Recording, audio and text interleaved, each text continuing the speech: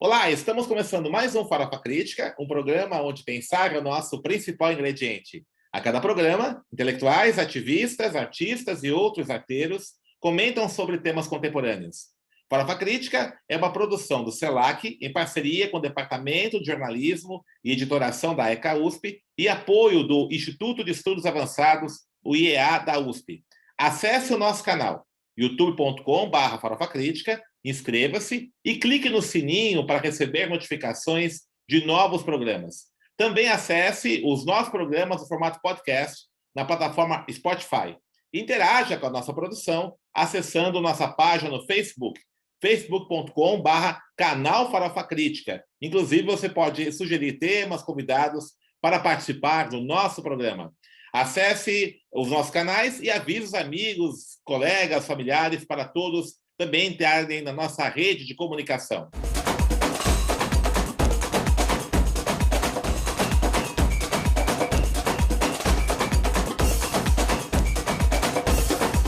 E o Farofa Crítica de hoje recebe o professor Silvio Almeida.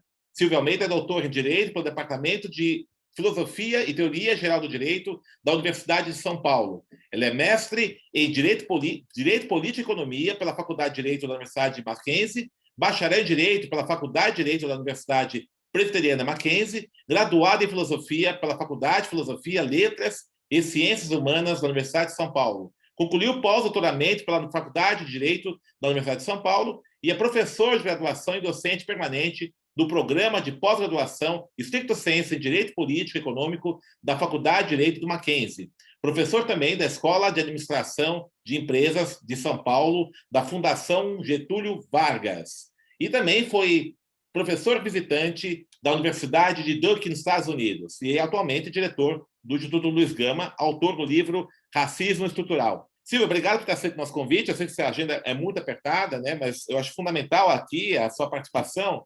Particularmente agora está às vésperas do Conselho Universitário da USP votar a concessão do título de Dr. Honoris Causa para o grande Luiz Gama. E você é um estudioso da obra do Luiz Gama, inclusive foi um dos responsáveis pelo reconhecimento do Luiz Gama como advogado pela OAB, foi em 2016, me parece, né? Aconteceu esse ato. Fala um pouquinho do Luiz Gama, né, da importância da concessão desse título, Honoris Causa, para o Luiz Gama, e por que a USP ela tem aí o dever, né, de fazer essa reparação para esse grande intelectual negro.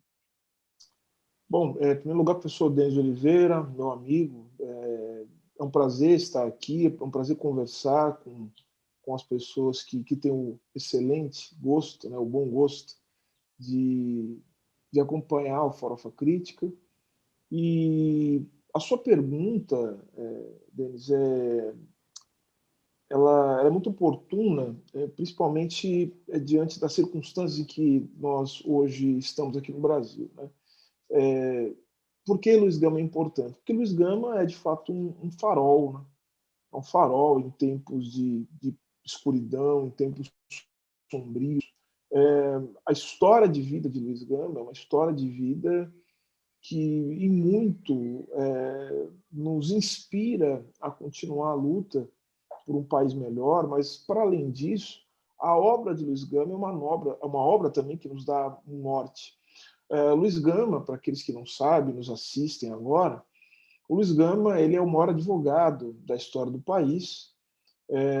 Ele foi um homem escravizado, ele foi escravizado, isso em 1840, né, no século passado.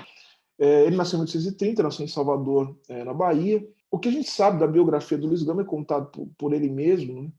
Numa carta que ele dirigiu a um dos seus amigos. Eles se comunicavam muito por cartas, então muito da obra do Luiz Gama são correspondências que ele trocava com amigos. Só que os amigos dele, né, eram grandes intelectuais, né? Ele trocava carta com José Bonifácio, Moço, com Lúcio Mendonça, né, José do Patrocínio, enfim, ele privava da amizade de Raul Pompeia, o escritor Raul Pompeia, e tantos outros, né? Ele era muito admirado, Rui Barbosa, enfim, era um sujeito de profunda capacidade também de entranhamento na vida intelectual, principalmente na vida intelectual paulista do século XIX. Mas, de qualquer maneira, a vida de Luiz Gama não começa aí. Como eu já disse, ele nasceu na Bahia, em 1830, filho, né? E ele vai dizer na biografia dele, por isso que dizia, que ele é filho de uma africana livre que se envolveu em insurreições que não prosperaram, né? Ele vai dizer mais ou menos assim. E a mãe dele é Luísa Maim, né? Ele falou: eu sou filho de Luísa Maim, né, africana livre, que era uma mulher, ele vai dizer que uma mulher forte, uma mulher, né, de luta, de fibra, enfim, e que ele não viu mais a mãe, até porque ele foi vendido pelo próprio pai aos 10 anos de idade, em 1840, para um fazendeiro, um contrabandista de Campinas, né, chamado Antônio Pereira Cardoso. O Luiz Gama ele não foi comprado, né, porque à época se tinha a ideia de que pessoas escravizadas da Bahia, negros da Bahia, eram muito rebeldes e, portanto, eram muito difíceis de disciplinar. Então ele era colocado como refúgio, né, mas mesmo assim ele era recusado. Ele fala isso na carta. E de tal sorte que ele continuou até mais ou menos, até os 17 anos aproximadamente, ele continuou sendo escravizado por esse comerciante de Campinas. Mas na fazenda onde ele morava, né, enfim, ele conheceu um pensionista, né, um dos pensionistas, um rapaz que se hospedou ali para estudar na Faculdade de Direito do Lago São Francisco, e foi justamente esse sujeito que ensinou Luiz Gama a ler e escrever. E a partir daí, essa história tem um grande corte, porque ele vai dizer o seguinte: ele vai falar, olha, foi nesse momento que, ao conseguir, ele vai falar de maneira, como é que ele fala? De maneira assim secreta, de maneira assim muito ladina, provas inconcussas da minha liberdade. Ele não entra em detalhes, né? Claro, por conta da fragilidade jurídica. Ele conseguiu, a partir de então, ele fugiu. E ao fugir veio para São Paulo, enfim, mas antes ele foi soldado, né? Enfim, depois ele veio para São Paulo, se tornou jornalista, foi quando conheceu Furtado de Mendonça, e que era chefe da polícia, né, e ao mesmo tempo professor da Faculdade de Direito. E foi nesse momento que ele teve um contato com a vida intelectual, e aí entra o abolicionismo, né, na sua vida. Então, o Luiz Gama, então, para resumir, é um homem de uma trajetória espetacular, que se torna, ele se torna um advogado provisionado, que as pessoas chamam de rábula, mas um advogado provisionado porque ele tinha autorização judicial para exercer a advocacia, né? Então ele era procurado pelas pessoas escravizadas para que eles tivessem o seu direito à liberdade reconhecido pelo judiciário. Então, se tem a ideia de que o Luiz, assim, se pesquisas recentes mostram que o Luiz Gama ele tinha uma taxa de sucesso, podemos dizer assim, nas suas ações, nos seus processos judiciais, que é uma coisa impressionante. Então, até então, se tinha a ideia de que o Luiz Gama tinha libertado centenas, né, de pessoas escravizadas. Descobriu-se recentemente um processo, né, que, inclusive, é um processo controverso, porque do outro lado está José Bonifácio, né, o moço advogando pelos interesses dos senhores de escravo. O Luiz Gama teria, e que foi amigo do Luiz Gama, inclusive, né, que é tido como um abolicionista, mas vejam só que o Luiz Gama ele consegue nesse processo a libertação de mais de 270 escravos, num processo, o que tornaria Luiz Gama o advogado mais contundente, mais agudo da América Latina, das Américas. Perfeito. Tá? Em termos de ações que levaram à libertação de pessoas escravizadas. Então, ou seja, o que nós estamos descobrindo aqui, quando falo de Luiz Gama, nós estamos falando de alguém com uma dimensão, que é uma dimensão que escape muito, Denis, a dimensão que a gente poderia dar a uma figura da história do Brasil. O Brasil é um país grandioso, um país com uma história que tem uma conexão com os grandes eventos da história mundial. Só que nós estamos falando aqui de um personagem que não é importante só para nós brasileiros. Nós estamos falando aqui de um personagem cuja importância é uma importância para o conjunto da América Latina, que é, como você sabe, né, a gente está falando do CELAC aqui, partido CELAC, que é um continente atravessado pelo problema da escravidão e pela questão racial. Não se pode contar a história da América Latina, das instituições latino-americanas, da sociedade latino-americana, sem falar da história da escravidão, a história dos povos negros, dos povos indígenas, né? De como o continente americano, e particularmente a América do Sul, o Caribe, enfim, como a luta contra a escravidão fez o que nós somos hoje. Então, Luiz Gama, a importância dele vai para o campo das Américas. Mas eu diria mais, tá? Se você me permite, que é o seguinte: eu quero repetir aqui a frase do professor Luiz Felipe de Alencar. Ele vai dizer: o Luiz Gama é um herói de dois mundos. Ele não é um herói apenas do Brasil. Nós já sabemos que nós somos do Brasil, né? É da América de uma maneira geral. Mas o Luiz Gama é um herói da África, é um herói da diáspora. Por quê? Porque a luta dele não foi apenas contra a escravidão, tal como ela se estabelecia no Brasil. A luta de Luiz Gama foi uma luta contra o tráfico, né? Contra o tráfico. E o tráfico, na sua conexão com o mundo, né, do capital que se formava naquela época. Então, o Luiz Gama, lutar contra a lutar contra a escravidão no Brasil, ele mobilizava também argumentos contra o tráfico. Certo. Contra o tráfico. E, ao fazer isso, ele também se colocava como um herói da diáspora. Né? Ele está se colocando em favor da liberdade dos africanos também. Então, ele é um herói de dois mundos, né? Ele ou melhor, um herói do nosso mundo, não é um herói só do Brasil. Então, essa figura com uma estatura como essa, ela tem uma importância deles, que está além, por exemplo, da faculdade de Direito, está além da faculdade, da Escola de Comunicação, está além, inclusive, da Universidade de São Paulo, né? Assim, de uma maneira geral. Né? Assim, o Luiz Gama, ele já há algum tempo, por iniciativa do deputado Orlando Silva, né, é necessário dizer, ele está inscrito no Panteão dos Heróis da Pátria, ele é tido como patrono da abolição no Brasil, e eu diria que agora é o momento de celebrar Luiz Gama, porque a gente vai precisar do Luiz Gama para reconstruir esse país, né? Perfeito, isso é importante, né? É uma coisa interessante, assim, o Luiz Gama ele inaugura aí uma geração de intelectuais negros, inaugura não, né? Ele é uma grande referência de uma geração de intelectuais negros do século XIX, né? Os irmãos Rebouças, o Paulo Brito, Machado de Assis, de Patrocínio, né? É muito interessante, assim, você observa que quando tem a proclamação da República, parece que é um golpeamento, né, nessa geração de intelectuais, né? Negros do século XIX. E em condições extremamente adversas. Né? O Luiz Gama, por exemplo, ele não viu a abolição acontecer. Ele morreu antes dela ser realizada. A que você atribui, né, primeiramente, ao apagamento dessa geração de intelectuais negros do século XIX, que eram muito poucos na história. Por exemplo, o Luiz Gama, ele foi, além de jurista, né, ele foi jornalista, ele foi o criador do Diabo Coxo. E Sim. nos compêndios da história da imprensa do Brasil, você só se retrata o Diabo Coxo ao Ângelo Agostini, e não ao Luiz Gama.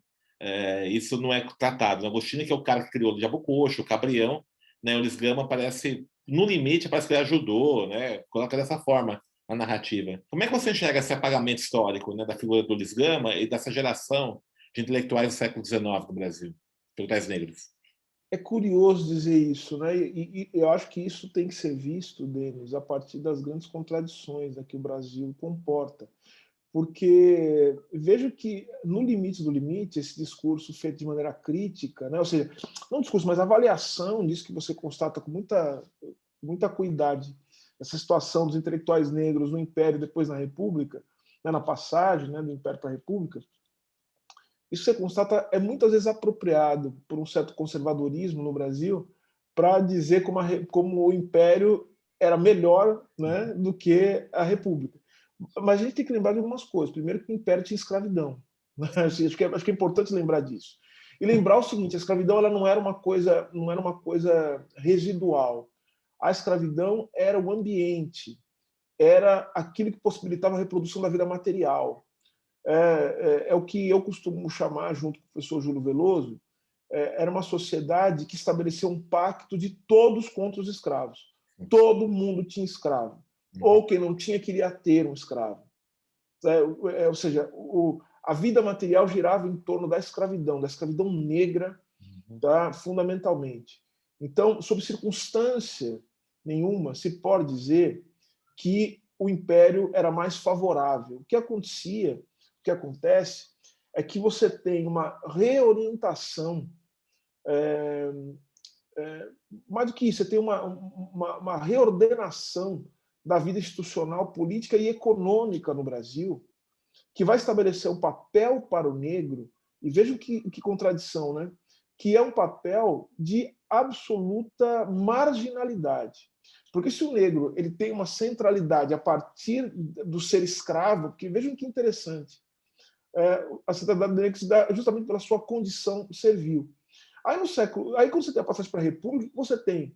Você tem o esforço para a conexão do Brasil com o capitalismo internacional numa posição subalterna independente, né? Então vejam que agora vai surgir no Brasil um discurso que vai estabelecer um papel para o negro, que vai justificar, naturalizar um papel para o negro, que é uma coisa nova, né? Porque veja, vai surgir a ideia do racismo científico. Porque veja, o racismo científico não é um discurso do período imperial. É um discurso que vai ganhar força com as instituições que surgem a partir da República Velha. E a Lili Schwartz vai mostrar isso muito bem, né? Ou seja, é um discurso que vai concatenar uma série de instituições que vão ganhar muita força nesse momento em que é preciso reorientar o Brasil para ser um país que vai servir aos propósitos do capitalismo internacional a partir, enfim, algo que é histórico no Brasil, mas que vai ganhar um outro sentido a partir enfim, da instalação das oligarquias agrárias da República.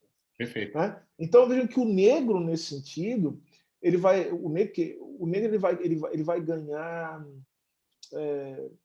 ganhar um sentido dentro de uma economia que se serve do trabalho rural, né? Um trabalho rural que é um trabalho sem proteção, é um trabalho em que o mercado interno não interessa, porque veja, se o mercado interno não interessa, se o que a gente faz é para produzir para o mercado internacional, por que eu vou valorizar e dar direitos para quem está aqui no Brasil e para trabalhador aqui no Brasil?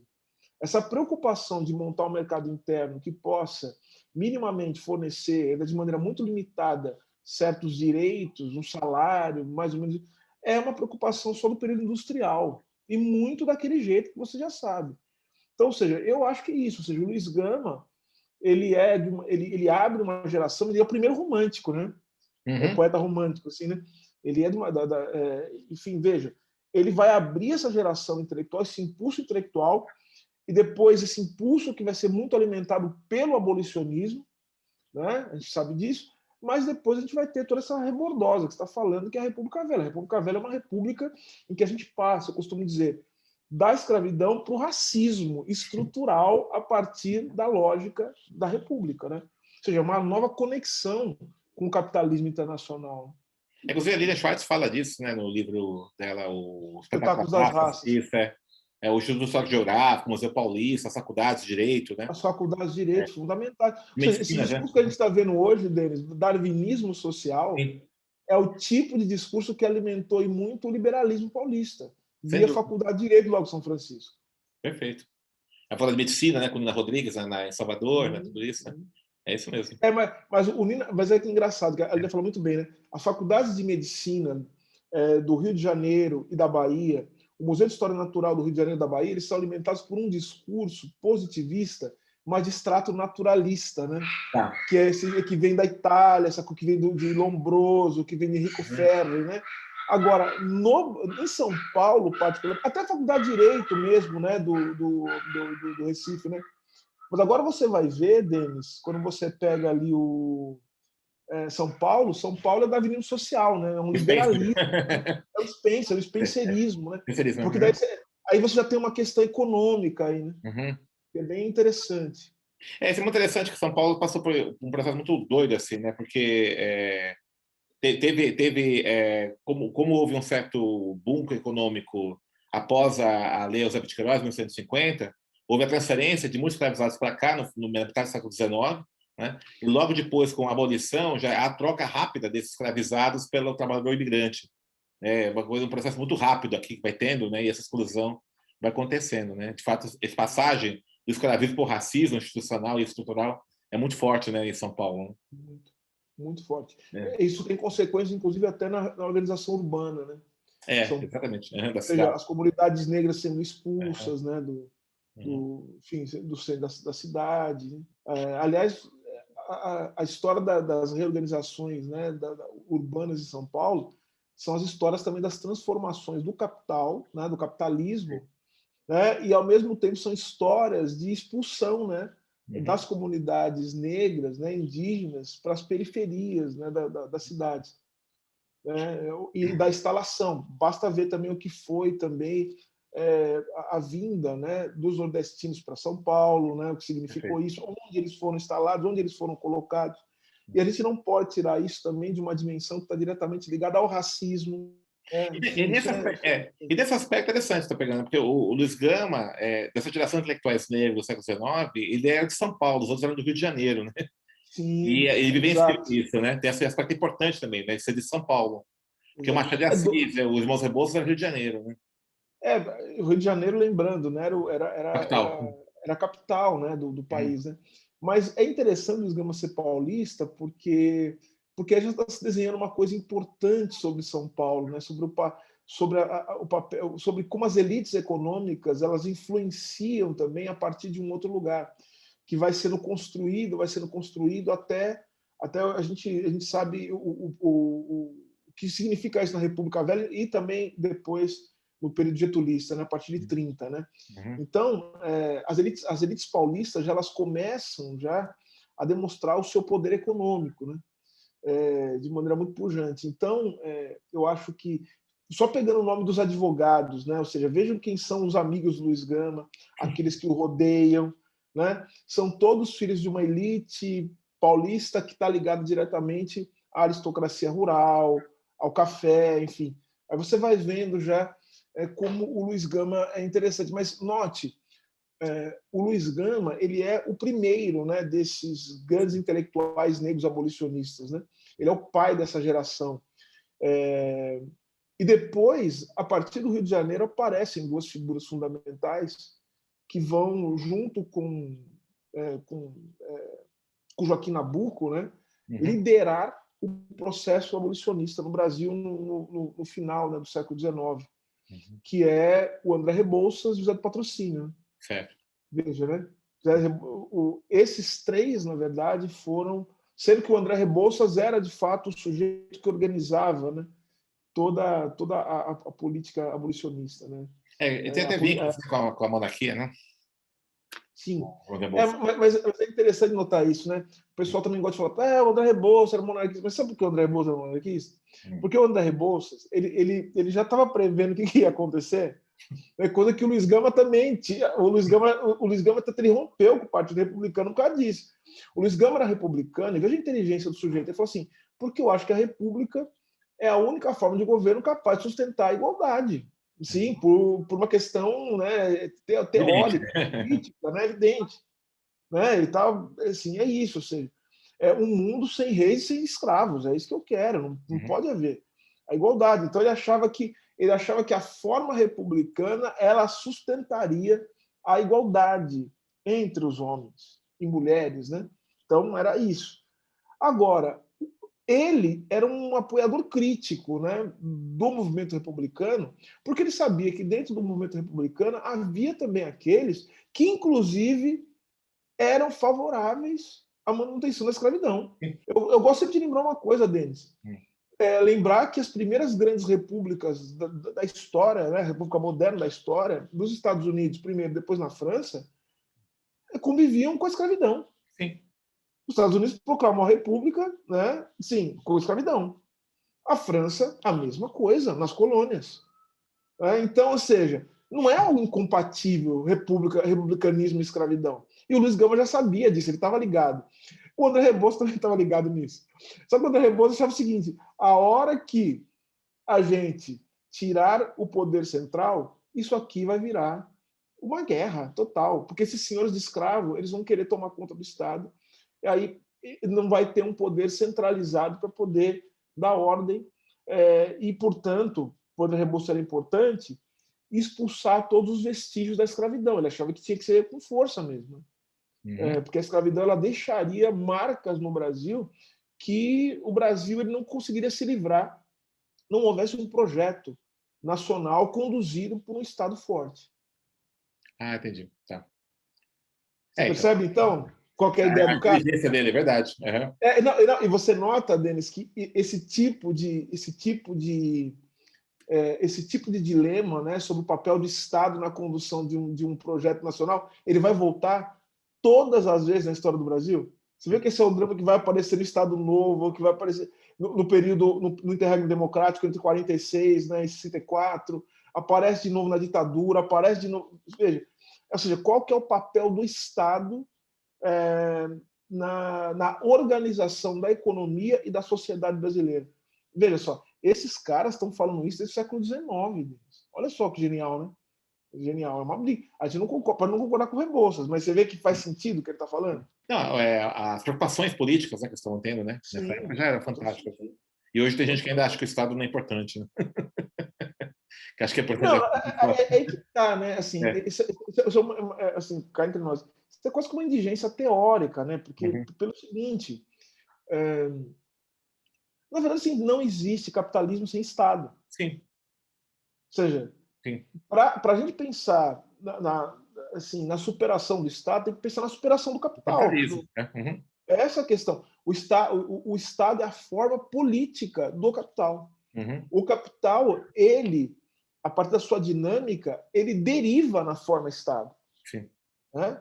Então, É a estrutura que precisa organizar a sociedade para que seja possível a realização das relações de classe, né? Como que é. o Não faz Estado é sentido, isso. A relação de classe é possível justamente porque existe o Estado. Estado, exatamente. Então, ou seja, mas é aquela coisa que o Marx fala, né? Ou seja, a gente não pode. Ele fala sobre o direito, né? Uhum. Ele fala sobre o capitalismo, na verdade. Ele fala assim: Uhum. não se acaba com o capitalismo por decreto. Você percebe? Então, É. se não houver uma mudança nas condições sociais a partir das quais nós reproduzimos a materialidade da vida, as formas institucionais e políticas elas vão, portanto, permanecer. Né?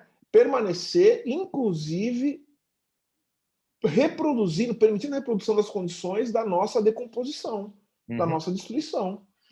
Então, já que eu estou falando do Luiz Gama, é uma coisa importante, né? Falando de escravidão e tal. Deles, não existe escravidão sem Estado. Estado. Uhum. É óbvio. E não existe escravidão sem direito, olha só que coisa. E o Luiz Gama e aí você jornalista, o Luiz Gama era tão esperto que ele sabia disso. Tanto que ele é um sujeito genial no sentido da estratégia jurídica. O Luiz Gama não ia lá confiando no juiz. Acho que ele é bobo confiar em juiz, igual tem gente que confia. Tem gente do movimento negro, inclusive, que confia, né? É, Que o a justiça. judiciário vai resolver o problema. Gente, o Luiz Gama, ele não era bobo. Ele virava e falou assim: quer saber? O judiciário não vai, porque esses caras são senhores de escravo. É a polêmica que teve com o Hugo Freitas, inclusive, né? Polêmica famosa, né? O grande inimigo dele. É. Então, o que ele fazia? Ele denunciava na imprensa, Imprensa, atuação como jornalista.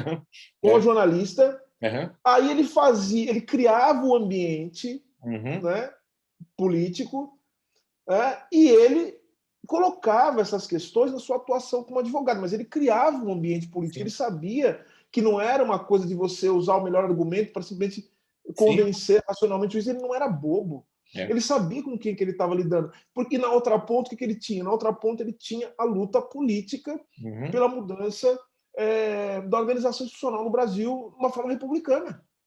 Você Então, ele quis considera, atuação. você considera o Luiz Gama um intelectual público? Considera. Então, Orgânico? eu considero o Luiz Gama intelectual, porque a gente tem que entender, né, alargar essa compreensão do que é intelectual, né? Intelectual não é só quem dá aula, produz livro. Assim, você vai pegar o Erudito. grande palavra sobre intelectual. Uhum.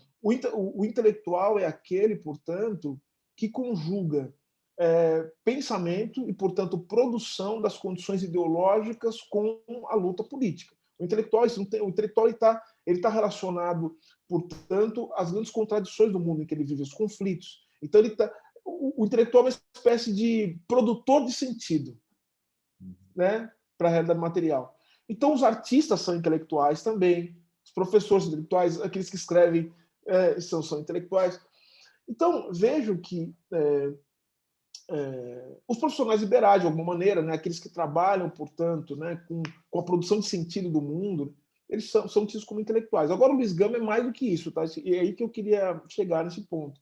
Eu acho que o Luiz Gama ele tem uma contribuição também que se nos exige deles estudar os textos e as obras que ele deixou. O Luiz Gama ele não pode ser para nós, ele não é isso de fato, apenas vamos dizer, ele não é um símbolo, Sim. sabe? Um ícone. Ele é um ícone, um mito, não é isso só. O Luiz Gama é um sujeito que nos legou ideias que por nós devem ser apropriadas. Vejam só, o Luiz Gama, quando ele na defesa das pessoas escravizadas, ele mobilizava teses jurídicas muito sofisticadas deles. Muito sofisticadas. Ele usava argumentos que eram interpretações da legislação, né, da chamada lei para inglês ver, né, depois, 1864, depois a lei Eusébio de Queiroz, ou seja, ele fazia interpretações que são interpretações que a gente chama na teoria geral da direita sobre a aplicação da lei no tempo e no espaço. Uhum. Mas muito sofisticado. Fora isso, ele juntava isso com uma retórica liberal, no sentido de pensar o liberalismo político tal como ele foi construído a partir de um movimento revolucionário, transformador. Tá? Essa radicalidade, né? A radicalidade, né? Ou seja, ele está pensando o liberalismo a partir do extrato radical do liberalismo em conjunção com a prática revolucionária, transformadora realmente. Né?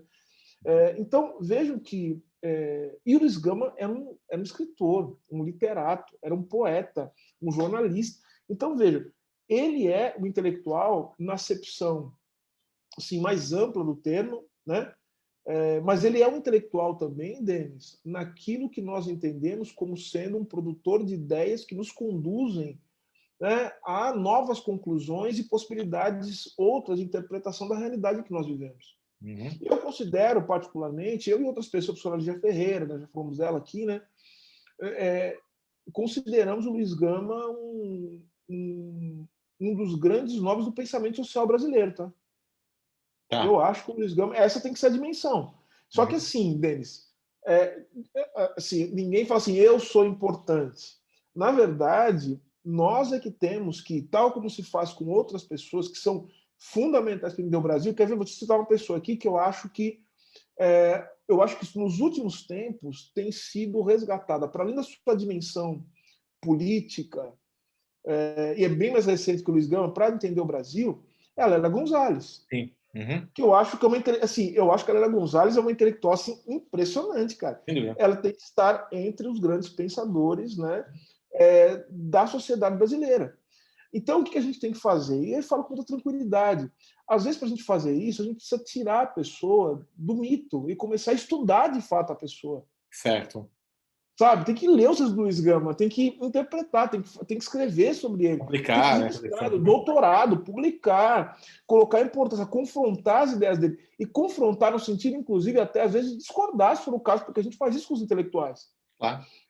Ou seja, às vezes, para a gente continuar, né, seguindo a trilha de alguém que nos inspira, é preciso muitas vezes discordar, né? Mas dentro, né, de uma lógica que é seguida pelos intelectuais, né? Por aqueles que conhecem a tradição do trabalho acadêmico. Então, acho que é isso. A gente precisa resgatar essa dimensão.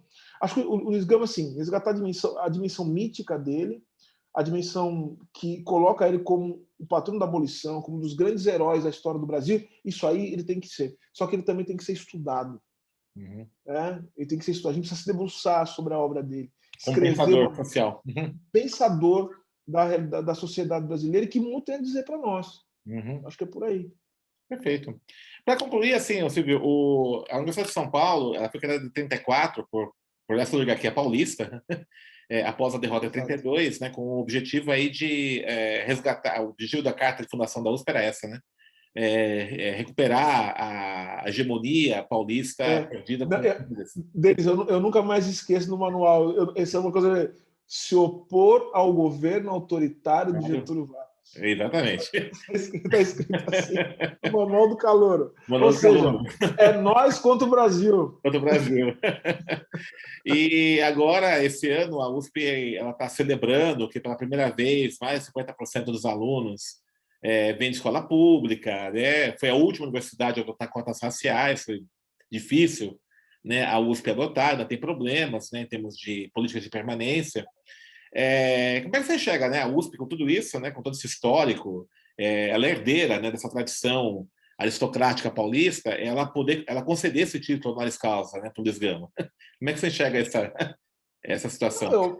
Eu acho o seguinte, Denis, eu acho que esse tipo de coisa é muito interessante na história, né? Porque, veja, você antes dessa efeméride, antes dessa votação, antes desse título, a USP já era um lugar de disputa, né? Por todos nós, né? Enfim, você foi aluno da Universidade de São Paulo e hoje é professor, né? Da Universidade de São Paulo, professor livre docente da Universidade de São Paulo. Então, assim, de alguma maneira, essa luta ela já se revelou, né? Se revela, né? Todos os dias, com a nossa presença, com a sua presença, com a minha presença na USP, né? Agora retorno, né? Agora sou pesquisador de pós-doutorado na economia também. Enfim, então tem várias coisas acontecendo que demonstram que a luta política ela fez com que esses espaços fossem abertos. E porque a gente não está falando de um espaço só para estudar, né? Porque não é só isso a USP, a gente sabe disso. A USP é um espaço de legitimação, né? Do poder. A USP é um espaço de branqueamento. Ele é um dispositivo de racialização no Brasil, a USP, e principalmente em São Paulo. Por isso que o movimento negro do final dos anos 70, e você conviveu com pessoas importantes que tiveram essa sacada, né? Ou seja, Hamilton Cardoso, né? Enfim, a Sueli Carneiro e tantos outros. Essas pessoas entenderam muito bem que reivindicar, né, espaço na universidade não era só reivindicar a possibilidade de estudar. Sim. Era reivindicar você estar num lugar em que opera um dispositivo de racialização. Perfeito. Bagunçando completamente, né, toda essa dinâmica de produção da raça, porque você sabe, né, porque você é um pensador dessas questões, as instituições elas são dispositivos de criação da subjetividade racial. E a USP faz parte disso, né? A escola de direito da USP, né? Enfim, o papel histórico que teve nisso. Então, eu acho, Denis, que agora o Luiz Gama ser reconhecido, porque, assim, vamos lembrar, o Luiz Gama ele já tem uma sala, né, com o nome dele na Faculdade de Direito. Ele é o único não professor a ter um nome numa sala. E agora, isso que começou foi um movimento muito que você fez, viu, Denis? Acho que tem que ser reconhecido publicamente. Né? Que resultado de conversas que nós tivemos, enfim, mas que você foi o sujeito que encampou de maneira muito forte essa homenagem, que provavelmente esperamos seja aprovada, né, pelo Conselho Universitário, que é de dar o título de doutor para o Luiz Gama. Acho que é muito justo. Eu acho que isso coloca o Luiz Gama cada vez mais no imaginário social como uma figura importante para a história do Brasil. Isso para nós é muito importante, porque ter um homem como o Luiz Gama, uma pessoa como o Luiz Gama, inserida no imaginário popular como doutor honoris causa da Universidade de São Paulo e, eu sempre gosto de repetir isso, o maior advogado da história do país, isso é muito importante. Nós precisamos de norte, Denis, de inspiração, né? E saber que a gente tem o Luiz Gama junto conosco é fundamental. Perfeito, muito bom. Isso. Só para encerrar, o Instituto Luiz Gama está com algum curso que você preside, alguma atividade? Quem quiser conhecer o site, como é que está? Então, tem o site do Instituto Luiz Gama, né? institutoluizgama.org.br, para quem quiser visitar. Nós temos uma série de atividades. Agora, no próximo semestre, vamos lançar uma agenda de cursos, uma reestruturação do Instituto. A gente está muito, muito feliz aí com as coisas que aparecem em perspectiva. Feliz porque a gente, na verdade, vai ter a possibilidade de ajudar mais as pessoas diante do cenário sombrio, né, que a gente está vivendo, né? Então, assim, o Instituto Luiz Gama nasce para isso, para ajudar as pessoas e a gente fica feliz quando a gente pode ajudar as pessoas durante uma situação de adversidade como essa que a gente está passando. Tá É bom. isso. Então, obrigado, Silvio. Então, institutoluizgama.org.br. Quem quiser acessar aí as atividades, conhecer o Instituto, né, que o professor Silvio preside, está aí o site, é só clicar lá e ver as informações. Então, Silvio, muito obrigado pela entrevista, né? Vamos ver se o conselho aprova aí, né? Faz essa reparação Vamos lá, vamos importante aí para torcer. Vamos torcer. Não, Então, fundamental. obrigado, então. Estamos encerrando mais um Farofa Crítica, que hoje entrevistou o professor Silvio Almeida. Nós falamos sobre o Luiz Gama, né? Vamos ver se a USP aí cumpre, né, um papel importante em aprovar a concessão do título de Dr. Honoris Causa nesse dia 29. Acesse nosso canal, youtube.com/farofacrítica, inscreva-se e clique no sininho para receber notificações de novos programas. E para encerrar, não podia ser outra coisa senão uma trova burlesca do Luiz Gama. Que mundo é este? Do fundo do seio desta alma, eu vejo que fria calma dos humanos na fereza. Vejo livre feito escravo, pelas leis a prepotência, vejo a riqueza em demência, postergando natureza, a que tardia face necessária.